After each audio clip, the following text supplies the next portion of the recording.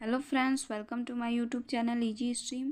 आज की इस वीडियो में हम पदार्थ विज्ञान का टॉपिक प्लास्टिक चैप्टर के लिए पाठ्य योजना तैयार करेंगे। तो चलिए शुरू करते हैं। इसके लिए सबसे पहले आपको पाठ्य योजना का क्रमांक लिखना है, फिर लिखना है विद्यालय का नाम, जिस भी विद्यालय में आप शिक्षण का कार्य कर रहे हैं, फिर दिनांक, विषय, उपविषय, कक्षा, कालांश, अवधि।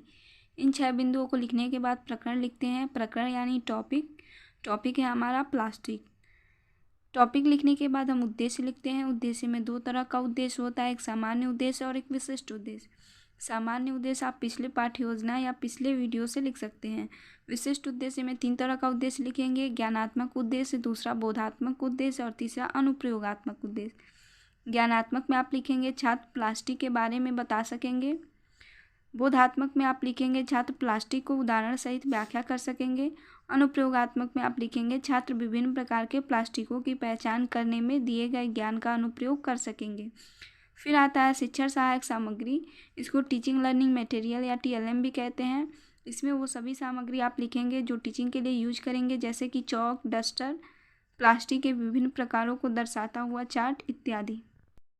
शिक्षण सहायक सामग्री के बाद पूर्व ज्ञान लिखते हैं। पूर्व ज्ञान में आप लिखेंगे छात्र अपने आसपास की वस्तुओं की सामान्य जानकारी रखता है। फिर आता है प्रस्तावना का प्रश्न। प्रस्तावना का प्रश्न हम अपना प्रकरण निकलवाने के लिए बनाते हैं। तो इसके लिए आप बच्चों से क्वेश्चन करेंगे। पहले एक टेबल बनाएंगे जिसमें 3 कॉलम रहेगा। पहले में क्रमांक, दूसरे में छात्र अध्यापिका कथन या क्रिया और तीसरे में छात्र या छात्रा कथन या क्रिया। पहला क्वेश्चन आप बच्चों से करेंगे, हम स्नान करते समय किन किन चीज़ों का प्रयोग करते हैं? तो बच्चे बताएंगे बाल्टी, जग, साबुन इत्यादि। फिर आप दूसरा प्रश्न करेंगे, बाल्टी किससे बना होता है? तो बच्चे बोलेंगे लोहा, प्लास्टिक इत्यादि। फिर आप पूछेंगे कि प्लास्टिक क्या है? तो छात्र मौन हो जाएंगे। फिर आप अपना उद्देश्य कथन लिखेंगे, बच्चों आज हम प्लास्टिक के बारे में अध्ययन करेंगे। फिर आता है प्रस्तुतिकरण। प्रस्तुतिकरण के लिए भी आपको एक टेबल बनानी है जिसमें 4 कॉलम रहेगा। पहले में क्रमांक, दूसरे में शिक्षण बिंदु, तीसरे में छात्राध्यापिका कथन या क्रिया, चौथे में छात्र या छात्रा कथन या क्रिया। तो पहला क्वेश्चन आप बच्चों से करेंगे कि प्लास्टिक, पहला आपका शिक्षण बिंदु है प्लास्टिक। तो आप बच्चों से क्वेश्चन पूछेंगे प्लास्टिक क्या है? तो बच्चे मौन हो जाएंगे। फिर आप अपने स्पष्टीकरण देंगे कि रासायनिक रूप से असंतृप्त हाइड्रोकार्बन जैसे कि एथिलीन आदि के उच्च अणुभार के बहुलक प्लास्टिक पदार्थ होते हैं, जैसे कि बेकेलाइट, नायलॉन, पॉलीथीन, PVC इत्यादि। छात्र क्रिया में छात्र ध्यानपूर्वक सुनेंगे। फिर आप थर्मोप्लास्टिक तथा थर्मोसेटिंग प्लास्टिक के बारे में बताएंगे। आप बच्चों से प्रश्न करेंगे प्लास्टिक कितने प्रकार के होते हैं? तो बच्चे मौन हो जाएंगे।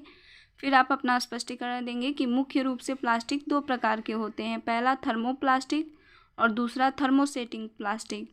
थर्मोप्लास्टिक क्या होता है? ऐसे प्लास्टिक जिनको पुनः चक्रण द्वारा प्राप्त किया जा सके, थर्मोप्लास्टिक कहलाता है। थर्मोसेटिंग प्लास्टिक, इस प्रकार के प्लास्टिक को पुनः चक्रण के द्वारा प्राप्त नहीं किया जा सकता है, जैसे कि बेकेलाइट। छात्र क्रिया में छात्र ध्यानपूर्वक सुनेंगे। फिर आता है आपका नेक्स्ट शिक्षण बिंदु, प्लास्टिक की उपयोगिता एवं चेतावनी। इसमें आप बच्चों से प्रश्न करेंगे कि प्लास्टिक का उपयोग किन किन चीज़ों को बनाने में किया जाता है? तो बच्चे बताएंगे मग, टब, बाल्टी, कुर्सी इत्यादि। फिर आप दूसरा प्रश्न करेंगे, क्या हमें प्लास्टिक को खुले वातावरण में जलाना चाहिए? तो बच्चे बताएंगे नहीं। फिर आप अपना स्पष्टीकरण देंगे कि प्लास्टिक का प्रयोग हमें कम से कम करना चाहिए। खराब अनुपयोगी प्लास्टिक की वस्तुओं को हमेशा कूड़ेदान में फेंकना चाहिए, न कि खुले में, और न ही प्लास्टिक को जलाना चाहिए। छात्र क्रिया में छात्र ध्यानपूर्वक सुनेंगे। फिर आप बच्चों से बोधात्मक प्रश्न करेंगे कि बेकेलाइट किस प्रकार का प्लास्टिक है? तो बच्चे बताएंगे थर्मोसेटिंग प्लास्टिक। फिर आप दूसरा प्रश्न करेंगे कार, बस एवं ट्रकों की खिड़कियों में किस प्रकार के प्लास्टिक का उपयोग होता है? तो बच्चे बताएंगे थर्मोप्लास्टिक। श्यामपट्ट कार्य में आप लिख सकते हैं टाइप्स ऑफ प्लास्टिक। पहला होता है थर्मोप्लास्टिक, दूसरा थर्मोसेटिंग प्लास्टिक। फिर आप बच्चों को अभ्यास के लिए प्रश्न देंगे कि थर्मोप्लास्टिक क्या है, दूसरा प्लास्टिक को हमें किस प्रकार उपयोग करना चाहिए। गृह कार्य के लिए आप दे सकते हैं प्लास्टिक तथा उसके प्रकार को उदाहरण सहित स्पष्ट कीजिए। तो आज के वीडियो में बस इतना ही। नेक्स्ट वीडियो में हम नेक्स्ट लेसन प्लान के साथ मिलेंगे। तब तक के लिए धन्यवाद।